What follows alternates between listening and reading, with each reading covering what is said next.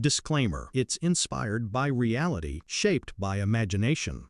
What happens when country superstar Blake Shelton, known for his laid-back charm and heartfelt lyrics, steps onto The View and goes head-to-head with Joy Behar on one of the most sensitive topics in America, whether families should be required to care for their aging parents? What started as a thoughtful debate quickly spiraled into one of the most intense clashes daytime television has ever seen.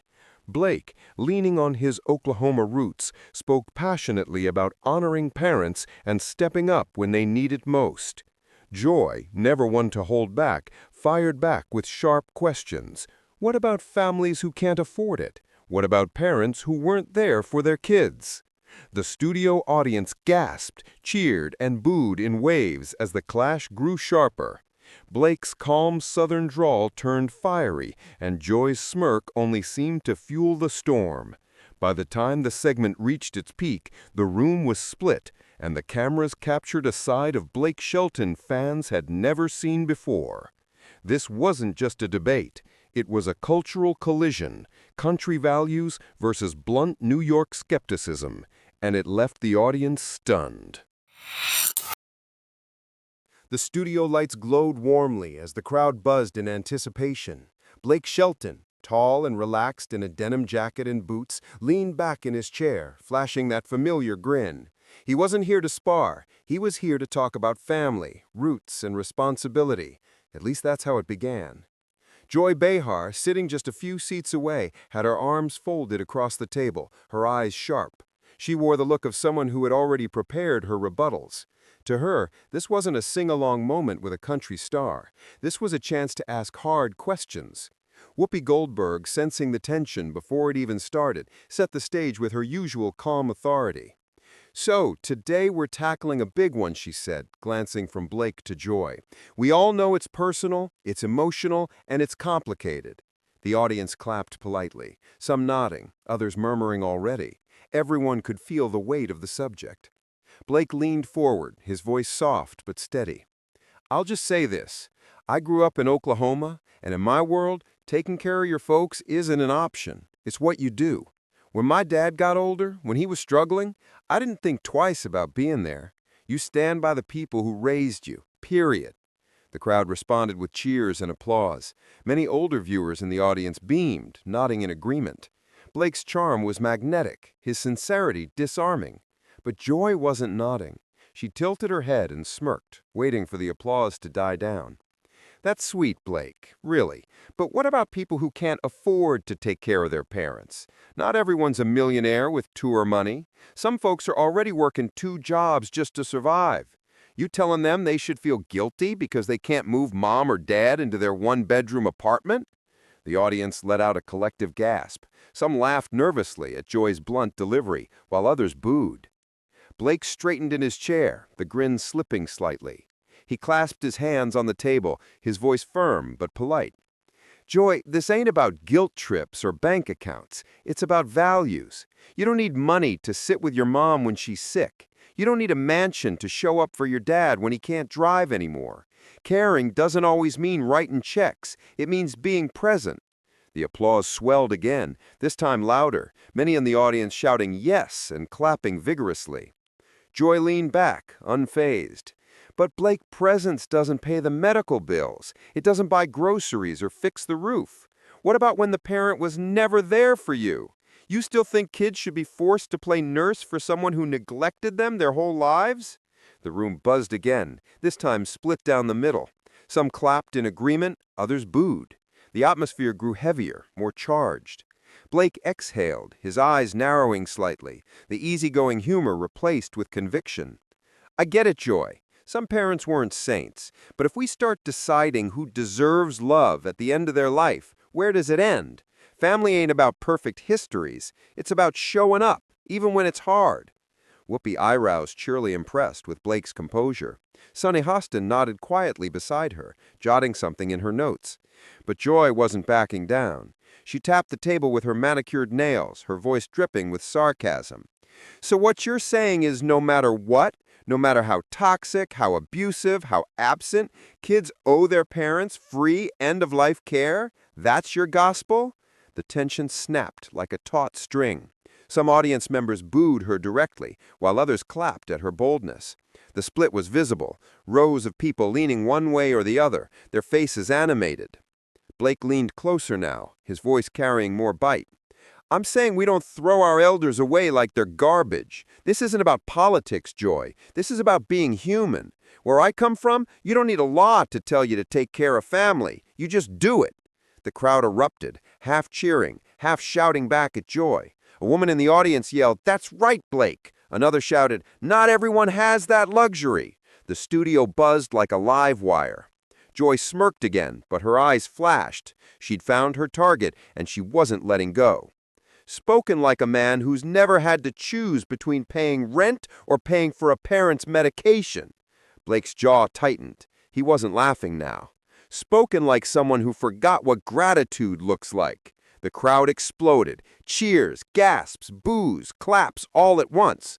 The tension wasn't subtle anymore. Sparks weren't just flying. They were igniting flames. Sarah Haynes tried to jump in, her voice a nervous laugh. Okay, we're getting fired up early here. But it was too late. The energy in the room had shifted. The charm of Blake Shelton's country boy smile was gone, replaced with the grit of a man defending something he believed down to his core. And Joy Behar, with her arms crossed and smirk locked in place, looked ready to go 12 rounds. The stage was set, and everyone in that studio knew they weren't watching just another daytime debate. They were watching the beginning of a clash that would ripple far beyond the walls of that studio. The air inside the studio felt heavier now, like every word added another pound to the atmosphere. Blake Shelton shifted in his chair, his tall frame leaning forward, elbows planted on the table. His usual easy grin had hardened into something else: resolve. Joy Behar mirrored him from across the table, her arms folded tight, lips pressed into that infamous smirk that always said, "I'm not letting this go." Whoopi Goldberg, sensing the storm building, raised her hand. "All right, let's keep this civil, y'all. This isn't a rodeo." The audience chuckled, but their laughter was nervous. They knew civility was already teetering on the edge. Blake cleared his throat, his Oklahoma drawl carrying firm conviction. "Look, Joy, I'm not blind. I know money makes things harder. I know not every family's got the support or the means, but at the end of the day, parents gave us life. They gave us whatever they had, even if it wasn't much. You don't abandon that debt when they're weak. You step up." The crowd burst into applause, a swell of cheers echoing across the set. Some audience members even stood, clapping loudly. Joy waited until the sound died down. Then she pounced. "Debt? That's an interesting choice of words, Blake. Are we supposed to treat love and family like a credit card balance we're forced to pay off?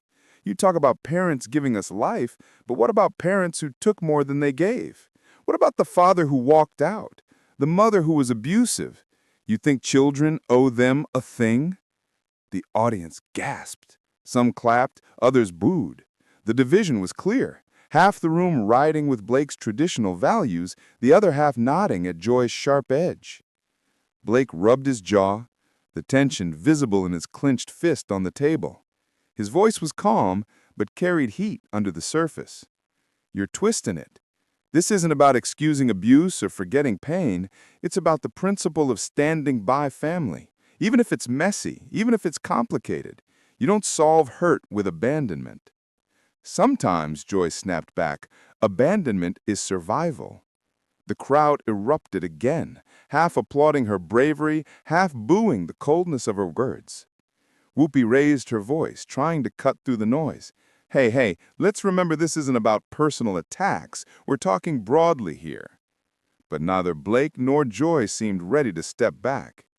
Blake leaned in closer, his voice rising now. "Broadly or not, you're telling millions of viewers it's okay to just walk away from the people who raised them, that it's fine to put your folks in a nursing home and forget about them. That's not survival, Joy. That's quitting." The audience roared, many clapping and shouting in agreement.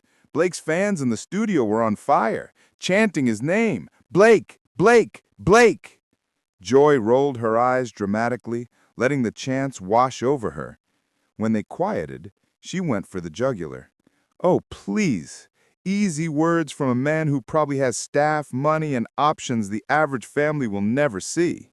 You talk about sitting by your daddy's side, but how many nurses were in the room helping him while you were on tour? Don't play preacher, Blake. You're not living the struggle most Americans are." The audience gasped loud enough to shake the rafters. Blake froze, then pushed his chair back slightly, as if the comment physically hit him. His jaw flexed.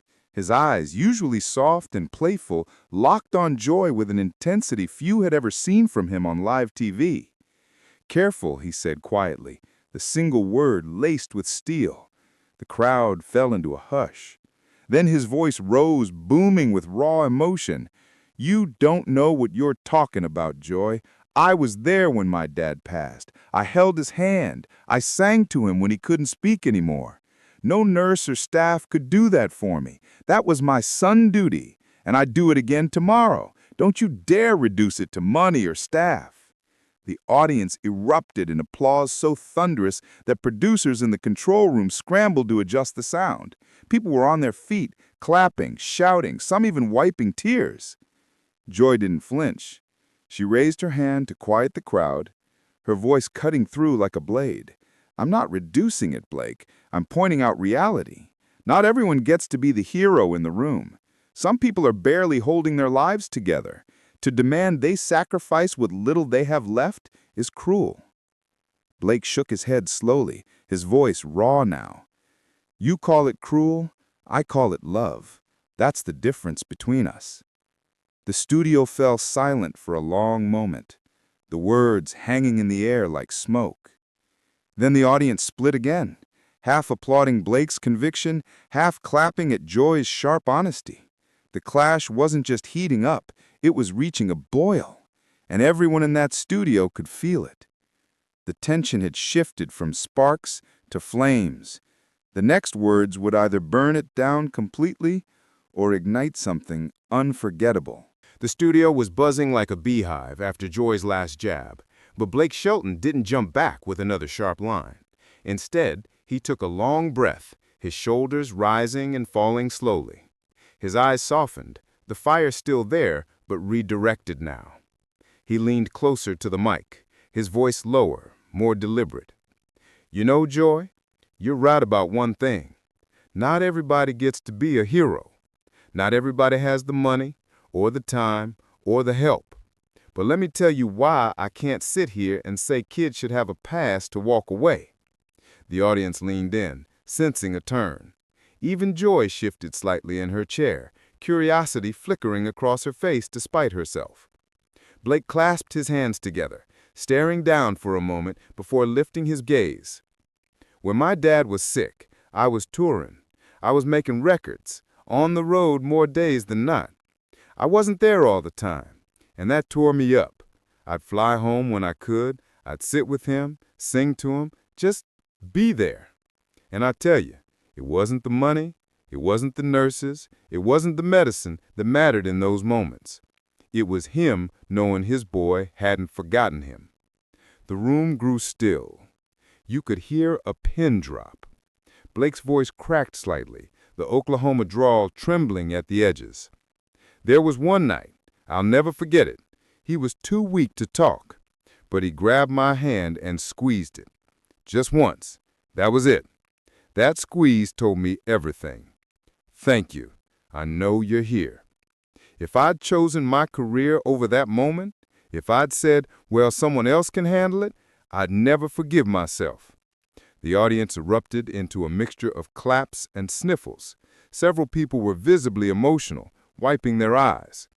Joy sat back, her smirk gone now, her arms still folded but looser now.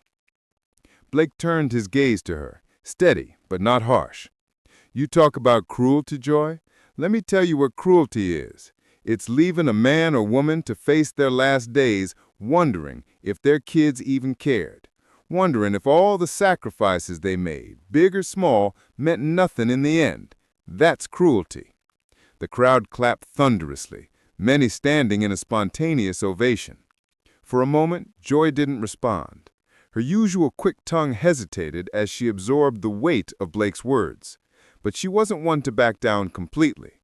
She leaned forward again, her tone quieter now, but still pointed. Blake, that's a powerful story, and it moved me, I'd admit it. But not every parent is your dad. Some kids never got those squeezes of love. Some kids got fists or silence or abandonment. You're asking them to carry water for people who didn't lift a finger for them. The audience split again, some applauding Joy's raw honesty, others booing her bluntness. Blake nodded slowly. I hear that, and I'm not saying it's easy, I'm not saying it's fair, but we live in a world that's already cold enough.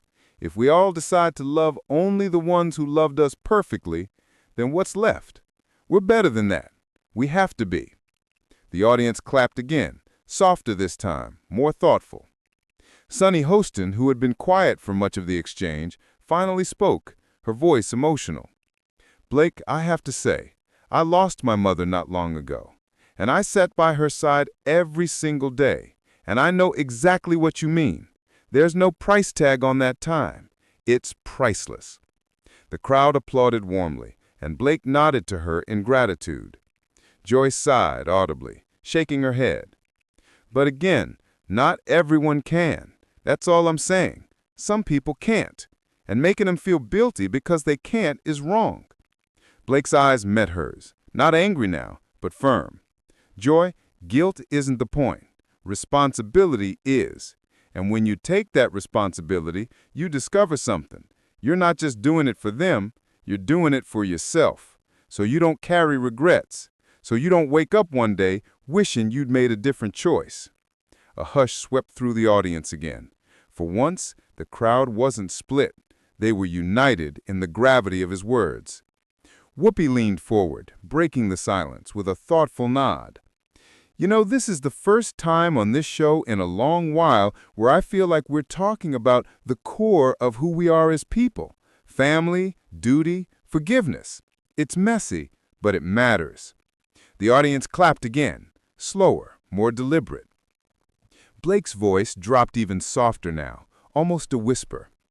At the end of the day, we all want the same thing when it's our time, to not be alone, to know someone cared enough to stay. The room was silent. Even Joy's usual witty retort hung unsaid in the air.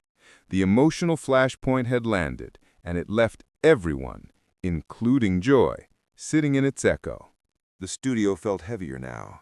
The laughter that had greeted Blake Shelton at the start of the show was a memory. What hung in the air instead was a kind of tension that viewers could feel even through their TV screens. Joy leaned in, her chin lifted, and Blake leaned back, crossing his arms, his jaw tight. The polite boundaries had already cracked. Now they were about to shatter. Blake, Joy said, her voice sharp, your entire argument rests on nostalgia. You want people to cling to traditions because it makes you feel comfortable. But comfort doesn't pay bills. Comfort doesn't solve the fact that millions of families are already drowning. Blake shook his head slowly, letting out a small laugh that wasn't amused. See, that's where you're wrong, Joy. You think love and loyalty are luxuries, but for a lot of us, they're the reason we even get up in the morning. You talk about bills, but what's the cost of letting the people who raised you waste away alone? How do you measure that? The audience clapped, but Joy cut in quickly. You measure it by the child who has to quit her job to wipe her father's mouth while her own kids go hungry. You measure it by the mother who burns out before she's 40 because she's caught between her parents and her children. That's not love, Blake. That's a trap. Blake leaned forward now, his drawl sharpening into steel. So what do you want, Joy? A society where we ship old folks off to strangers and pretend we're free? You call that progress? Where I come from, we call that abandonment. The air shifted. The studio was silent for a beat, everyone processing the rawness in his voice. Even Joy faltered, but only for a second. She pressed her lips together, then fired back. What I want is honesty. You sing songs about love and family, but in the real world, not everyone gets a Hallmark ending. Forcing care doesn't create love, it creates resentment. And if you can't see that, you're living in a fantasy. Blake's face hardened. No, Joy. I'm living in gratitude. Maybe that's something you don't understand. My dad worked himself to the bone. My mom sacrificed every day of her life for me.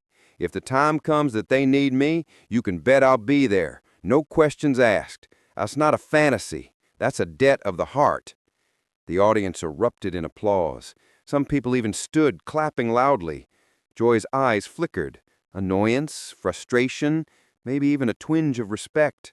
She wasn't used to being outmatched on her own turf, but Blake's conviction had landed.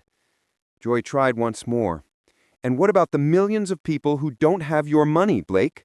What about the single mom working 2 jobs who can't afford to quit? Should she just smile through exhaustion because tradition says so? Blake's reply came fast, almost cutting. That's where community, government, and neighbors should step in. But don't tell me love has an expiration date. Don't tell me kids don't know their parents a damn thing after everything those parents poured into them. That's cold, Joy. Too cold. The room felt electric. The audience was split, half nodding along with Joy's realism, the other half cheering Blake's heartfelt defense. The clash had stopped being a debate and turned into something rawer, more personal. The cameras caught Blake's clenched fists, Joy's raised eyebrows, and the sweat of passion on both their faces. And just like that, the view had become less about opinions and more about a fundamental question of humanity. What do we owe the people who gave us life? It was no longer a polite disagreement. It was a war of values, and neither side was willing to blink. The storm had passed, but the energy it left behind still hung heavy in the studio. Joy Behar leaned back in her chair, fanning herself with the stack of blue note cards in her hand. She wasn't smiling this time. Blake Shelton sat opposite her, arms folded, but his eyes no longer burned with defiance. They carried something else now, an echo of the love and hurt that had fueled every word he spoke. The View's producers must have known they had lightning in a bottle. The control room was buzzing, cutting between shots of the co-hosts' reactions, the live audience murmuring among themselves, and Blake, who sat steady in his chair, as if refusing to be shaken. The clash was over, but its tremors were still rattling the ground. "All right," Whoopi finally said, her voice carrying the kind of weary authority that only comes after decades of surviving public battles. "I think what we've just heard is bigger than a debate. This isn't just about laws or rules. It's about how each of us defines family." The audience broke into applause, not roaring this time, but measured, thoughtful. Even Joy couldn't resist nodding slightly. Blake shifted in his seat, then leaned toward the microphone. His voice was softer now, stripped of the edge it had carried earlier. "Look, I know I came in hot, but I've seen what happens when families walk away from their own. It doesn't just break the old folks' hearts, it breaks something in us, too. We lose a piece of ourselves." A woman in the audience shouted, "Amen!" and a ripple of applause followed. Joy exhaled and tapped her fingers on the table. For once, she didn't rush to interrupt. "Blake, you're right about one thing. It's complicated. Maybe I sound cold, but I've seen the other side. The daughter who sacrifices everything, the son who can't escape debt because he's paying for care. Love doesn't always erase the burden. That's real too." Her voice, for the first time, carried something like vulnerability. The crowd grew quiet, sensing a moment that didn't often happen on daytime television. 2 people admitting their wounds were real. Blake turned his head toward her, and for the first time all afternoon, he smiled faintly. "Maybe we're both fighting for the same thing, Joy, just from different roads. You don't want people crushed by the weight of caring, and I don't want people to forget the worth of it. Maybe we need both truths to build something that works." The silence that followed was powerful. It wasn't defeat or concession, it was recognition. Sunny Hostin leaned forward, her lawyer's precision cutting into the quiet. "What this really shows us is that policy without compassion fails, and compassion without policy fails too. Families need help, yes, but they also need love. If we can't give them both, we're always going to be at war about this." The audience clapped, longer and steadier this time. The tension was beginning to ease, replaced by a shared sense of having witnessed something raw and honest. Joy glanced at Blake again, and her eyes softened just enough to show that beneath the sparring, she'd heard him. "Well, Blake, you held your ground. Not every cowboy walks into the view and lives to tell the tale." Blake laughed, and the room released with him. "Guess I'm tougher than I look." The laughter that followed wasn't mocking. It was relief. The storm had broken, the sun peeking through. As the show's credits prepared to roll, the camera lingered on Blake one last time. He leaned into the mic, speaking not to Joy, not to the co-hosts, but to the viewers at home. "I don't care if you're country or city, rich or broke. Don't forget who raised you. Don't forget the people who carried you before you could carry yourself. Even if you disagree with me, just call your mama, call your dad. They might be waiting." That line hit hard. The audience clapped, many standing, some even wiping their eyes. It wasn't a debate anymore. It was a plea. Joy folded her arms, but this time with no sarcasm. She looked down, then back up at him, and though she didn't say it, her face carried the weight of a thought shared silently. Maybe he's right. As the cameras pulled back, the viewers at home saw something rare, an argument that hadn't ended in winners or losers, but in something deeper. Two voices from different worlds clashing, colliding, and leaving behind a reminder that family, in all its messy, painful, beautiful forms, still defines us. When the broadcast ended, social media lit up. Clips of Blake's heartfelt defense and Joy's fierce pushback spread like wildfire. Some sided with Joy, praising her for standing up for overburdened children. Others rallied behind Blake, hailing him as the voice of old-school loyalty. But all agreed on one thing: the conversation had struck a nerve. In living rooms across America, families argued, cried, reflected. Parents turned to children, children to parents. The debate had escaped the studio and entered kitchens and dining tables everywhere. That was the real legacy of this clash.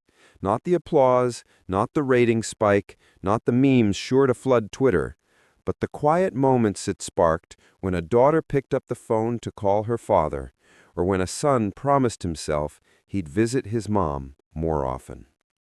The View had always thrived on heated arguments, but this had been different.